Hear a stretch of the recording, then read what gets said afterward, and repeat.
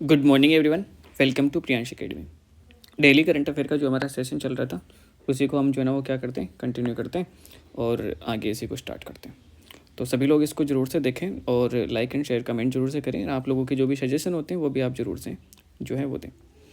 देखो, अगर काम के प्रति पागल बने तो आदमी इतिहास रचता है। आदमी इतिहास तभी रच सकता है जब क्या हो, उसमें काम के प्रति पागलपन हो। तो जो भी आप काम कर रहे हैं उसको बिल्कुल ऐसे करो कि बस उसके लिए क्या हो चुके हो, आप पागल हो चुके हो। एक चीज़ और ध्यान में रखें कि वी आर नॉट अलोन, कि जो भी काम करते हैं कई बार फ्रस्ट्रेशन होती है, लंबी प्रिपरेशन होती है यूपीएससी की, आरपीएससी की, तो लगता है ऐसा, लेकिन ध्यान में रखना कि हमारे साथ में हम अकेले नहीं है। हाँ, ये भी ध्यान रखना कि हमारे साथ में सिर्फ कौन है, हम खुद हैं। बाकी आप किसी पे ट्रस्ट नहीं रखें कि कोई आपका कितना साथ दे सकता है। चलो आज की क्लास को स्टार्ट करते हैं। पहले लास्ट जो आपने क्लास देखी थी ना, वो पीपीटी बेस्ड क्लास थी हमारी, जिसमें मैंने ये जो अभी हैंड रिटन लिख रखा है वो सब कुछ पीपीटी में बना रखा था। और आज जो है ना वो कैसा है, ये हैंड रिटन है, या आप इसको हैंड राइटिंग में कह सकते हो। तो आप मेरे को ये ज़रूर से बताना कि आपके लिए पीपीटी वाली ही जो है वो चीज़ें प्रोवाइड कराएं या फिर इस तरह से जो है ना हैंड रिटन बना के।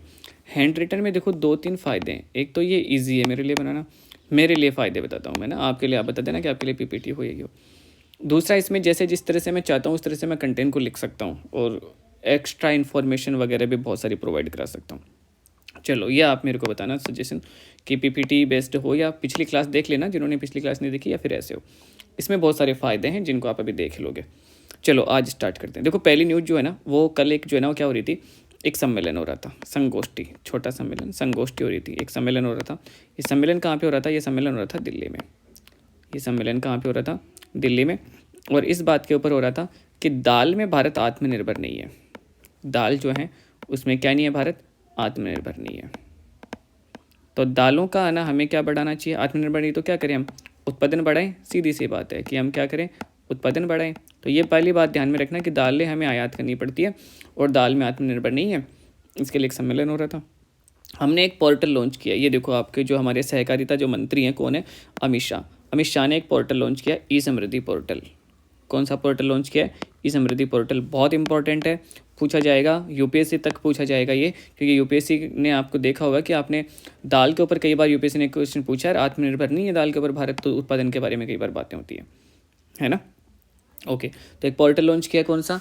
ई समृद्धि पोर्टल। ये पोर्टल किसने विकसित किया है?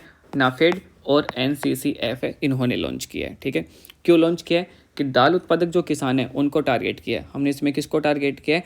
दाल उत्पादक किसान को, ना कि ना पूरे एग्रीकल्चर, सिर्फ दाल उत्पादक के ध्यान में रखना। उन किसानों का क्या करेंगे हम? पंजीकरण करेंगे। वो किसान, जैसे अगर मान लो कि मैं दाल उत्पादन यानी मैं दाल बोता हूँ, है ना, दाल तो नहीं बोता हूँ, क्या पाएंगे हम? चना, ठीक है, जिनसे भी दाल होते हैं, मूंग, उड़द, अगर ऐसी हम ना दलहन वाली अगर फसलें बोते हैं तो हम क्या करेंगे? पंजीकरण करवाएंगे। फिर सरकार कहती है कि हम खरीदेंगे आपका, यहाँ से सरकार डायरेक्टली क्या कर लेगी? खरीद लेगी।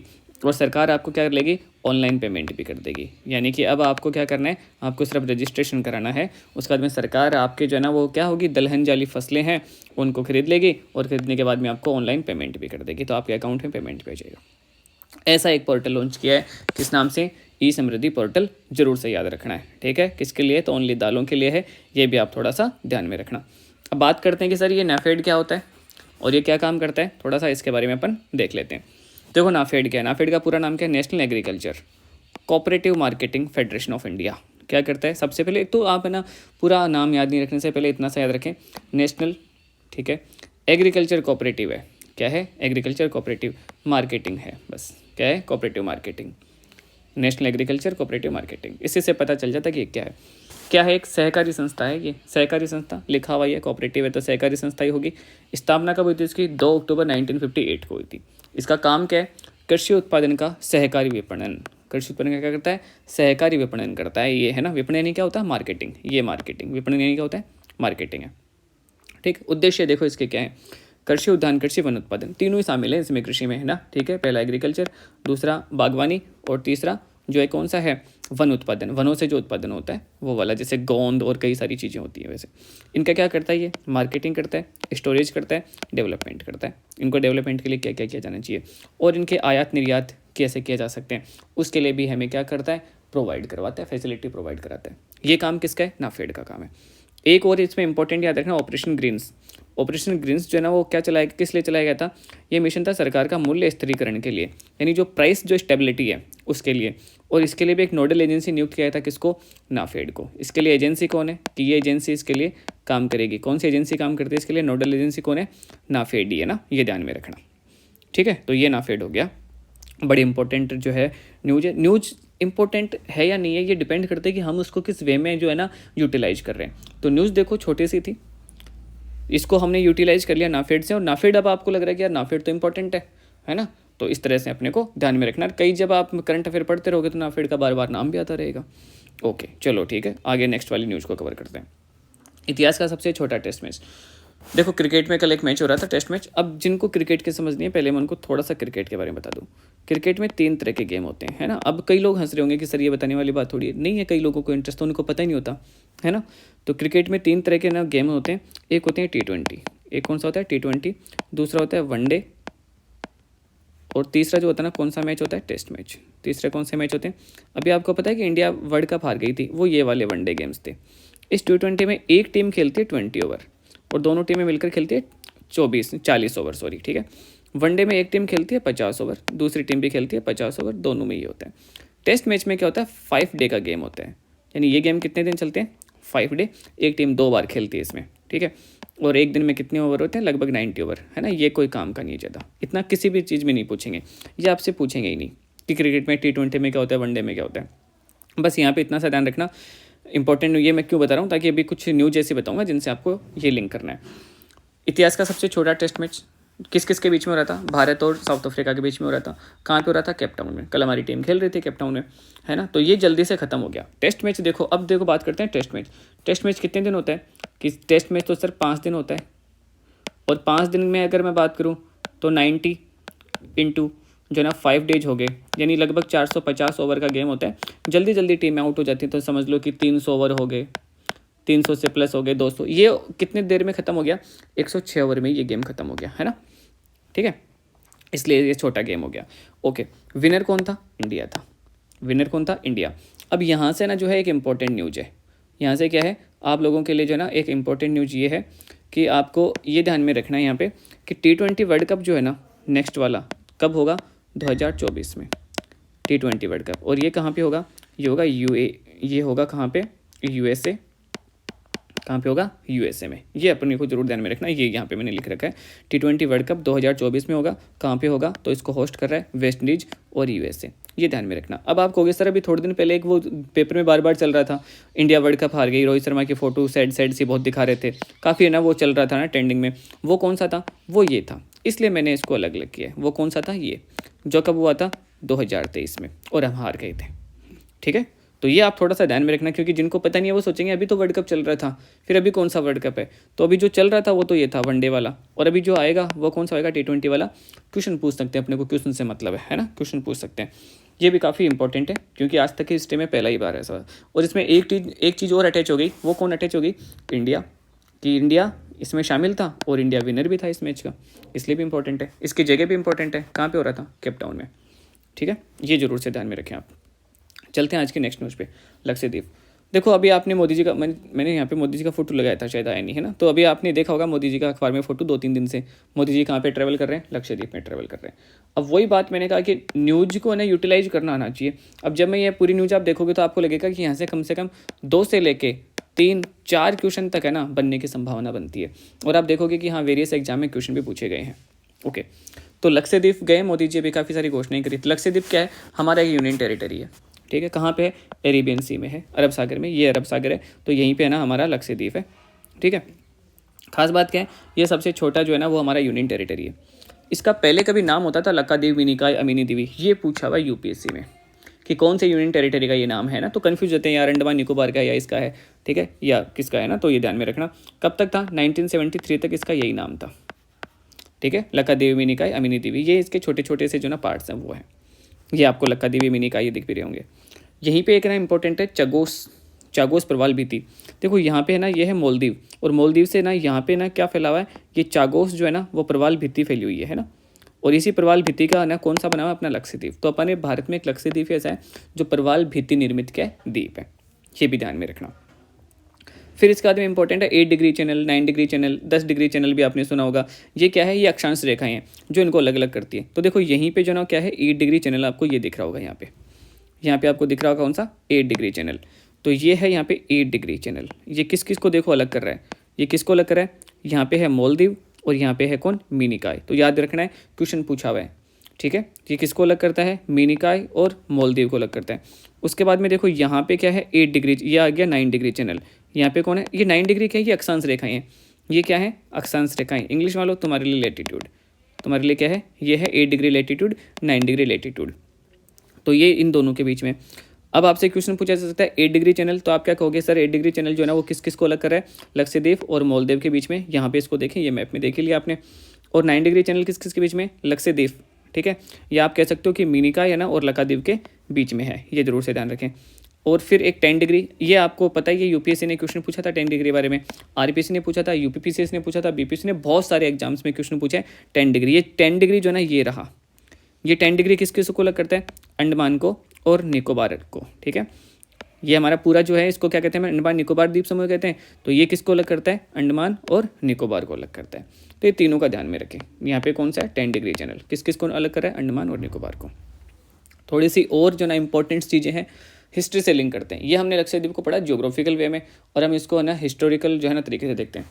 1498 में ना जो है यहाँ पे पुर्तगाली आए और तब से ये पुर्तगालियों के अधीन था, कौन, लक्षद्वीप। उसके बाद 1545 में जो है मद्रास के अधीन आ गया, पुर्तगालियों से आज़ाद करवा लिया और मद्रास के अधीन आ गया। उसके बाद में थर्ड जो है ना आंग्ल मैसूर युद्ध होता है। कौन सा युद्ध हो रहा है यहाँ पे, थर्ड आंग्ल मैसूर युद्ध होता है। कब होता है, 1790 और 92 में। और इसके बाद में ये किसके नियंत्रण में आ गया, अंग्रेजों के नियंत्रण में आ गया। चलो आप लोगों के लिए एक छोटा सा क्वेश्चन, ये मैंने थर्ड जो है ना आंग्ल मैसूर बताया, आपको बताना है कि फोर्थ आंग्ल मैसूर युद्ध कब हुआ था और किसके बीच हुआ था, ठीक है। उसके बाद में हमने 1956 में राज्य पुनर्गठन अधिनियम बनाया, और राज्य पुनर्गठन अधिनियम जिसको हम इंग्लिश में क्या कहते हैं, स्टेट रीऑर्गेनाइजेशन एक्ट भी कहते हैं। ये कब आया था, 1956 में आया था। और 1956 के बाद में 1 नवंबर को मद्रास से अलग करके हमने एक नया यूनियन टेरिटरी बनाया और उसका नाम दिया लक्षद्वीप, ठीक है। तो ये कब अलग हुआ, 1 नवंबर 1956 को अलग हुआ। आपके लिए यहाँ पे फर्स्ट क्वेश्चन मैंने आपसे पूछा था कि फोर्थ कब हुआ था। एक और मैं छोटा सा क्वेश्चन पूछता हूँ आपसे, राज्य पुनर्गठन अधिनियम है ये ना, आपको बताना है। इसी तरह का एक क्या था, state reorganisation commission, state reorganisation commission यानी हिंदी में आयोग, राज्य पुनर्गठन आयोग, ये कब बना था और इसमें कितने सदस्य थे। ये आप लोगों के लिए क्वेश्चन है, कमेंट्स में जरूर बताएं। कई सारे एग्जाम में ये आपने क्वेश्चन देखा होगा, ठीक है।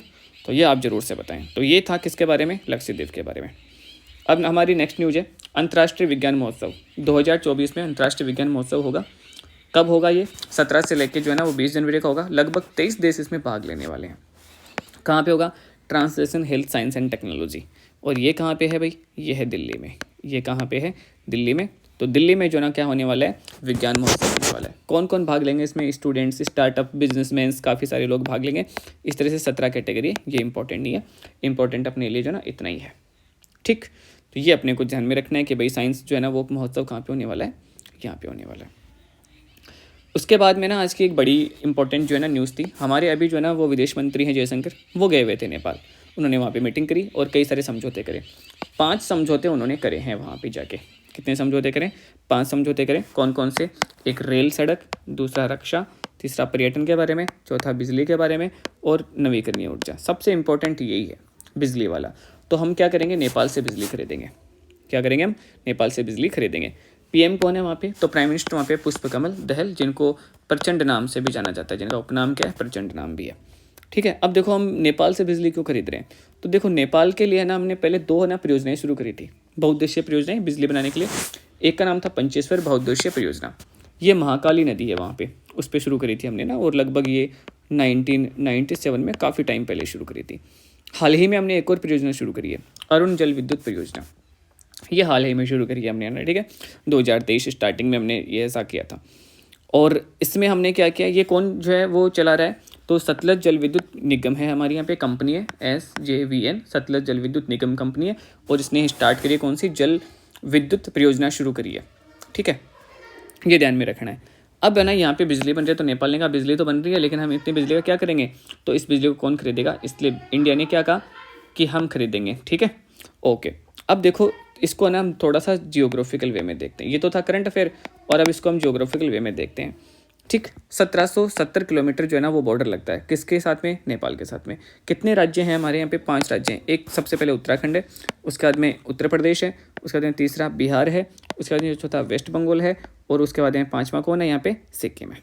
ठीक है, तो ये जो है ना वो 5 जो है ना वो स्टेट्स जो है ना हमारे यहाँ पे लगते हैं। किसके साथ में लगते हैं, इसके साथ में लगते हैं। ये अपने को ध्यान में रखना है। कितना बॉर्डर शेयर करते हैं, 1770 किलोमीटर।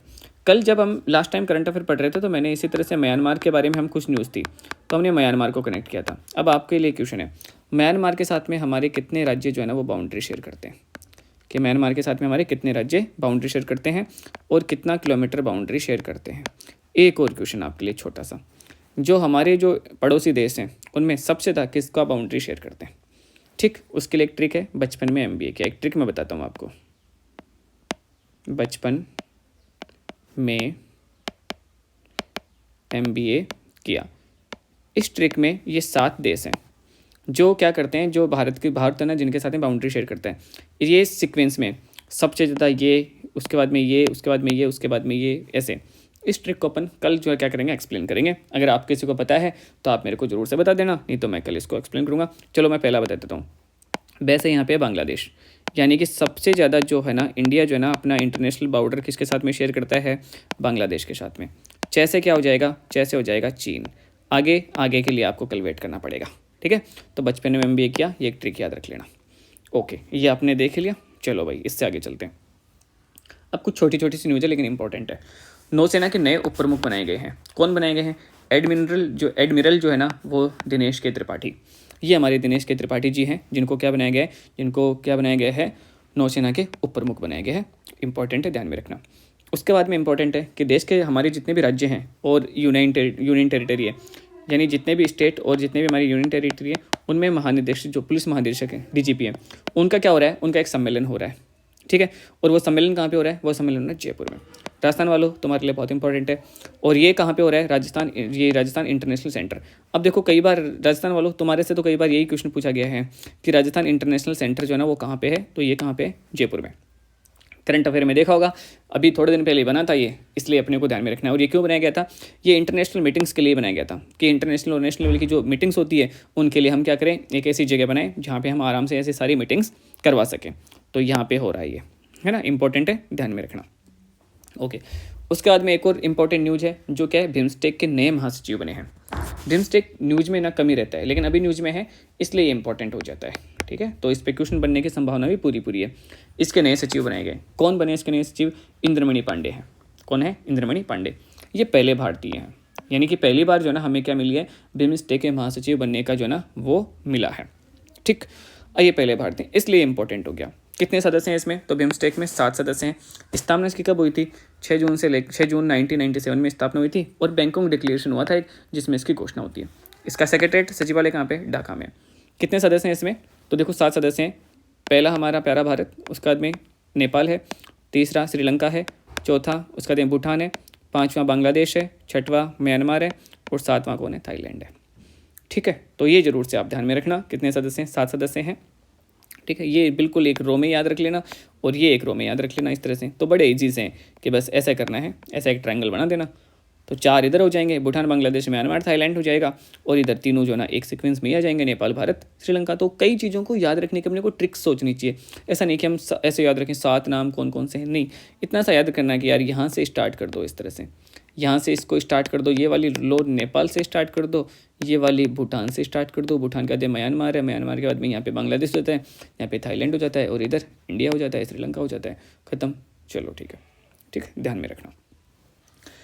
कांग्रेस अभी भारत जोड़ो यात्रा निकाल रही है और ये भी इंपॉर्टेंट है, इस पर भी कुछ क्वेश्चन बन सकते हैं आराम से।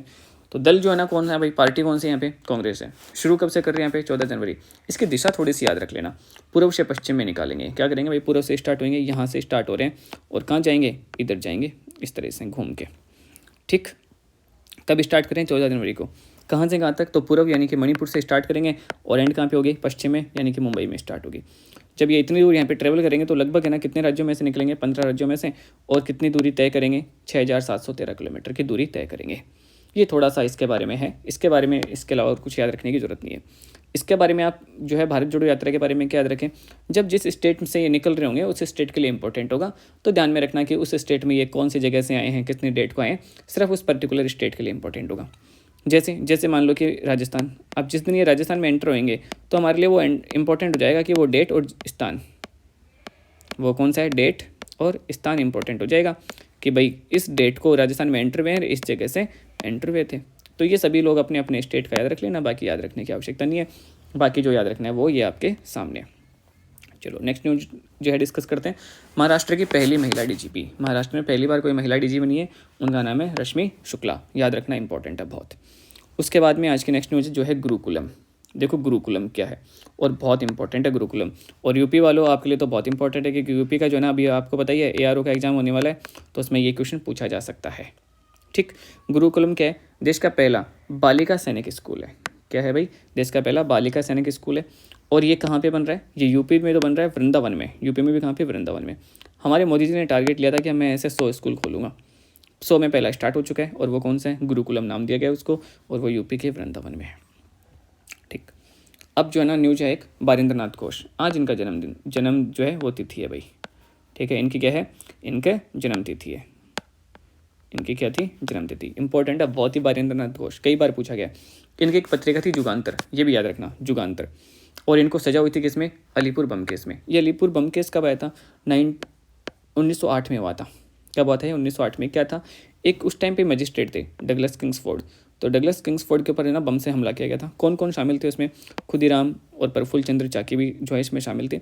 खुदीराम बोस को इसमें फांसी हुई थी। अब आपको लगेगा कि हाँ ये क्वेश्चन पूछा हुआ है कि अलीपुर बम केस में किसको फांसी हुई थी, तो सिर्फ जो है ना खुदीराम बोस को फांसी हुई थी। प्रफुल्ल चाकी ने क्या कर लिया था, उस टाइम खुद को गोली मार ली थी इन्होंने। ठीक है, इन्होंने क्या ली, गोली मार ली थी खुद को। और जो बारिंद्रनाथ घोष थे, इनको क्या हो गई थी, इनको है ना आजीवन कारावास हुआ था। इनको क्या हुआ था, आजीवन कारावास हुआ था जब भारत आज़ाद हुआ था। उसके बाद में जो है ना ये इनको छोड़ा गया था। ठीक है, बाद में पत्रकारिता में वापस शामिल हो गए थे। तो ये ध्यान में रखना है अपने, है ना, बारिंद्रनाथ घोष के बारे में। तो ये थी दोस्तों आज की हमारी करंट अफेयर क्लास। अब आपको थोड़ा सा क्या करना है, थोड़ा सा हमारी क्लास के बारे में रिव्यू करना है कि ये इसमें है ना हम और इम्प्रूवमेंट क्या कर सकते हैं, कौन सी चीज़ें नई अटैच कर सकते हैं। और एक और है कि हम MCQ क्लास भी है ना स्टार्ट करना चाहते हैं कि करंट अफेयर में कई सारे क्वेश्चन ऐसे होते हैं जिनके ऊपर न्यूज ज़्यादा डिस्कशन नहीं होता, जिनमें MCQs बनाए जा सकते हैं, तो वो क्लास भी हम आपके लिए स्टार्ट करेंगे। ठीक है, तो thank you, all the best. Comment और लाइक शेयर जरूर से करें। Thank you very much.